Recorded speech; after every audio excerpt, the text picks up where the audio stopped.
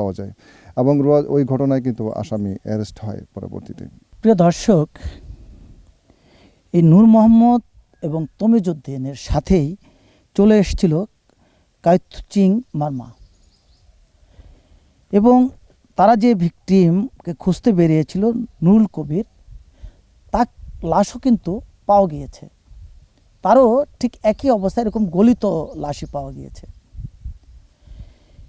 Police তাদের মেধা খাটিয়ে এবং উন্নত প্রযুক্তি ব্যবহার করে এই লাশের সন্ধান তারা বের করেছে, শনাক্ত করতে সক্ষম হয়েছে যে এই লাশটি হচ্ছে মেনু মারমার স্বামী ক্যাথুচিং মারমার। আমরা আশা করব পুলিশ আজকে যেভাবে তাদের মেধা দিয়ে তাদের দায়িত্ব পালন করছে, আগামী দিনগুলোতেও পুলিশ তাদের এই মেধা খাটিয়ে আগামী দিনগুলো তারা পরিচালনা করবে এবং জনগণের পাশে এসে দাঁড়াবে, এমনটাই প্রত্যাশা করে এদেশের প্রতিটি মানুষ। প্রিয় দর্শক, আমরা ইতিমধ্যেই এসে পৌঁছে গেছি মৃত ক্যাথুচিং মারমার হত্যা মামলার যে 1 নম্বর আসামি ওবাচিং মারমার বাড়িতে। আপনারা দেখতে পাচ্ছেন যে ছোট্ট একটি ঘর, তার ছোট একটি মেয়ে, তার স্ত্রী আমার পাশে দাঁড়ানো। কথা বলছি ওবাচিং মারমার স্ত্রীর সাথে। কী নাম আপনার? এমিয়ানু। আপনার স্বামী কতদিন হয় জেলে আছে? 3 বছর, 3-4 বছর। আচ্ছা, এই যে আপনার স্বামী জেলে আছে, কিভাবে চলছে আপনার সংসার? এই কষ্ট করে চলেছি, জঙ্গল থেকে লাকড়ি কাটে এই সেই করে চালাইতেছি, লাকড়ি কাটে লাকড়ি বিক্রি করে হিতে করে চলাইতেছি। আপনার কয়টি বাচ্চা? 2টা। এই যে আপনি 2টা মেয়েকে নিয়ে কষ্ট করছেন, আপনার স্বামী এই ধরনের একটি মামলায় জড়িত, আপনি জানেন কি মামলায়? আমি জানি না। কোর্টে যান নাই কখনো তাকে দেখতে? দেখতে যাই কি এই যখন জেলে পড়তেছে তখন আমি জানতে পারি এটা মাদার কেসে মামলা, তার কারণে আমি জানতে পারি, তাহলে তো আমি জানতাম না। তাহলে একটা জিনিস আমরা আপনাদের কাছে জানতে চাই, যদি কেউ কাউকে মেরে ফেলে, যেমন আপনার স্বামী যদি নির্দোষ হয় তাহলে তাকে সে চলে আসবে আইনে, এই তো? হয়তো অবশ্যই। অবশ্যই। আর যদি অপরাধী হয় তাহলে সাজা হবে না? হ্যাঁ।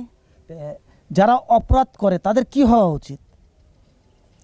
সেতে সাজা উচিত। সাজা হওয়া উচিত। হ্যাঁ। এই যে আজকে কিমা, তোমার নাম কি? মোমাসিং মারমা, তুমি কোন ক্লাসে পড়ো? ক্লাস 3। এই যে তোমার আব্বু জেলে আছে, তোমাদের কষ্ট হয় না? জি।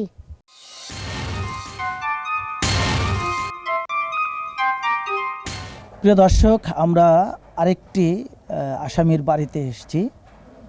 এই মৃত ক্যাথাউচিং মারমার হত্যাকাণ্ডের সাথে জড়িত 3 নম্বর আসামি মং হা চিং মারমার বাড়িতে। আপনারা দেখতে পাচ্ছেন যে তার একটি শিশু ছেলে এখানে আছে এবং তার মা এখানে আছে। সে যখন জেলে, তখন তার স্ত্রী বিষ খেয়ে আত্মহত্যা করেন। এখন এই শিশু বাচ্চাটিকে নিয়ে তার মা মানবত জীবন যাপন করছেন। এই যে পরিবেশ দেখলে আপনারা বুঝতে পারছেন। আমরা তার সাথে কথা বলছি। কি নাম আপনার? কেন? আপনার ছেলের নাম কি? মহাসি। আচ্ছা, সে এখন কোথায় আছে? জেলখানে। কেন আছে জানেন? যেখানে মাদা কে। কি নাম তোমার? উসাই। কি নাম? উসাই। তোমার আব্বুকে দেখছো? কোথায় দেখছো? জিলে। প্রিয় দর্শক, এই বাচ্চাটি কতটুক বয়স হবে? এই বাচ্চাটির বয়স হয়তোবা 4 কি 5 বছর বয়স হবে। কিন্তু সে যখন খুবই ছোট তখন তার বাবা জেলের ভিতর ঢুকে গেছে। আজকে 3টি বছর সে জেলের মাঝে, কিন্তু এই শিশু বাচ্চাটি কী বা বুঝতে পারে? মা নেই, বাবা নেই, দাদি মানুষের বাড়িতে কাজ করে এই শিশু বাচ্চাটিকে বাঁচিয়ে রেখেছে। প্রিয় দর্শক, আপনাদের উদ্দেশ্যে বলছি, আপনাদের মাঝে কেউ যদি কোনো কারণে কাউকে হত্যা করার উদ্দেশ্য নিয়ে থেকে থাকেন, তাহলে একবার ভেবে দেখুন, আপনার পরিবারও কিন্তু এই যে পরিবারটি যেভাবে কষ্ট করছে ঠিক একইভাবে কষ্ট পাবে, কষ্ট করবে। তাই আসুন না আমরা পরিত্যাগ করি এবং এই হত্যাকাণ্ডটি হোক এদেশের শেষ হত্যাকাণ্ড, এমনটাই প্রত্যাশা এদেশের প্রতিটি মানুষের। কথা বলছি বান্দরবান জেলার পুলিশ সুপার দেবদাস ভট্টাচার্যের সাথে। আপনার জেলার আইন শৃঙ্খলা নিয়ন্ত্রণে আপনি কী ধরনের দিক নির্দেশনা দিয়ে আসছেন? আমাদের আইন শৃঙ্খলা নিয়ন্ত্রণের জন্য আমাদের যে পুলিশ ইউনিট সমূহ আছে তাদেরকে নির্দেশনা দেওয়া আছে যে তারা যাতে নিয়মিত যে সমস্ত অপরাধপ্রবণ এলাকা সেই সমস্ত এলাকায় যাতে নিয়মিত টহল করে এবং যে সমস্ত অপরাধী যারা আছে তাদের গতিবিধির উপর তাদের যাতে খেয়াল রাখে। তো সেটা করে আমরা অপরাধ যে প্রতিরোধ সেটা করে থাকি। আর অপরাধ যদি কোনো কারণে সংগঠিত হয়ে যায় তাহলে তাৎক্ষণিকভাবে যত দ্রুত সম্ভব যাতে ঘটনাস্থলে পৌঁছা যায় এবং ভিকটিমকে রিকভারি করা বা সেই কোনো ধরনের মারামারি হলে সেটা যাতে যত দ্রুত সেটা বন্ধ করা যায়, আইন শৃঙ্খলা নিয়ন্ত্রণ করা যায়, সেই জন্য মানে যত দ্রুততার সাথে ঘটনাস্থলে যাওয়া যায় সেই ধরনের নির্দেশনা সকল ইউনিটকে দেয়া আছে। আপনার জেলাটি একটি দুর্গম পাহাড়ি এলাকা। এই সকল এলাকায় অপরাধীদের গ্রেপ্তারের ক্ষেত্রে আপনারা কী ধরনের ব্যবস্থা নিয়ে থাকেন? এটা ঠিকই বলেছেন যে এটা বান্দরবান আসলে দুর্গম পাহাড়ি এলাকা। সেক্ষেত্রে যদি অপরাধীরা একবার পালিয়ে যাওয়ার সুযোগ পেয়ে যায় সেক্ষেত্রে কিন্তু তাদেরকে গ্রেফতার করা খুব মুশকিল হয়ে পড়ে। তো আমরা আমাদের যেহেতু নির্দেশ দেওয়া আছে যে ঘটনা ঘটার সাথে সাথে তাৎক্ষণিকভাবে যাতে ওই অপরাধ ঘটনাস্থলে যাতে পৌঁছতে পারে, সেই নির্দেশের প্রেক্ষিতে আমাদের পুলিশের সকল সদস্যরাই কিন্তু এই অপরাধ হওয়ার সাথে সাথে ঘটনাস্থলে পৌঁছায় এবং তাৎক্ষণিকভাবে আসামি অ্যারেস্ট করতে সক্ষম হয়।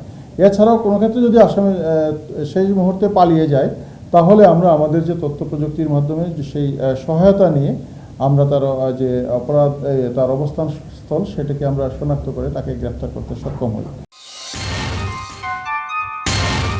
প্রিয় দর্শক, আজকে যে বিষয়গুলো আপনাদেরকে দেখানো হলো, এই বিষয়গুলো বান্দরবান জেলার বেশ কয়েকটি থানাতে ঘটে যাওয়া বেশ কয়েকটি হত্যাকাণ্ডের উপর। যে কোনো হত্যাকাণ্ডই নিন্দনীয়, দুঃখজনক এবং ঘৃণ্যতম একটি অপরাধ। এই সকল অপরাধীদেরকে এই পাহাড়ি জঙ্গলে খুঁজে বের করা পুলিশের জন্য একটি দুরূহ ব্যাপার। ঠিক একটি পাহাড়ের তলদেশে যদি সে আত্মগোপন করে তাহলে তাকে বের করাটা পুলিশের জন্য অনেক কষ্টকর হয়ে দাঁড়ায়। কিন্তু পুলিশ তাদের উন্নত প্রযুক্তি ব্যবহার করে প্রতিটি হত্যাকাণ্ডের সাথে সংশ্লিষ্ট সকল আসামিকেই তারা গ্রেপ্তার করতে সক্ষম হয়েছে। এলাকাবাসীর দাবি, আজকে যেভাবে পুলিশ তাদের যথাযথ দায়িত্ব পালন করছে, আগামী দিনগুলোতেও পুলিশের এই চেষ্টা অব্যাহত থাকবে। আমাদের অনুষ্ঠান সম্পর্কে যে কোনো ধরনের মতামত জানিয়ে লিখতে পারেন এই ঠিকানায়। প্রযোজক শেষ কোথায়, কক্ষ নম্বর 223, বাংলাদেশ টেলিভিশন, টেলিভিশন ভবন, রামপুরা, ঢাকা। মোবাইল 01711525399। আমাদের পরবর্তী অনুষ্ঠান দেখার আমন্ত্রণ জানিয়ে শেষ করছি। খোদা হাফেজ।